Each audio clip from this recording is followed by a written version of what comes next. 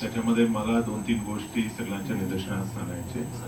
तर आपण सगळ्यांनी बघितलं असेल की काही पद्धतीने जर ऑफिसर्सवर पर्सनल अटॅक होत असेल, शेवटी ते पण अधिकारी आहेत, ते काही स्वतःसाठी इथे नाही आहेत, ते वसई विरार महानगरपालिकासाठी आहे. हे आपल्याला पण जाणीव असली पाहिजे. स्पेशली जे काही पर्सनल कमेंट्स मागचे जीबी मध्ये आणि आजचे जीबी मध्ये पण काही आले, ते मी काही उल्लेख करणार नाही, पण ही अपेक्षित नाही आहे माननीय सभागृहाशी की आणखी हे एक आणि कुठलाही प्रशासनाचा विषय असेल तर मी आयुक्त म्हणून जबाबदार आहे, कुठलाही डीएमसी नाही आहे. माझी जबाबदारी आहे, कुठली चूक झाली तर आय एम रिस्पॉन्सिबल.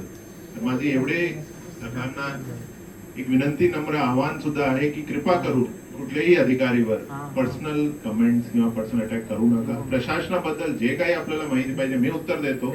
मी आयुक्त आहे, I am the head of administration. तर यापुढे प्लीज असे काही पर्सनल अटॅक प्लीज करू नये. काही इश्यू असेल, आयुक्त इज देअर, आयुक्तला तुम्ही प्रश्न मांडा, आयुक्त उत्तर देईल तुम्हाला.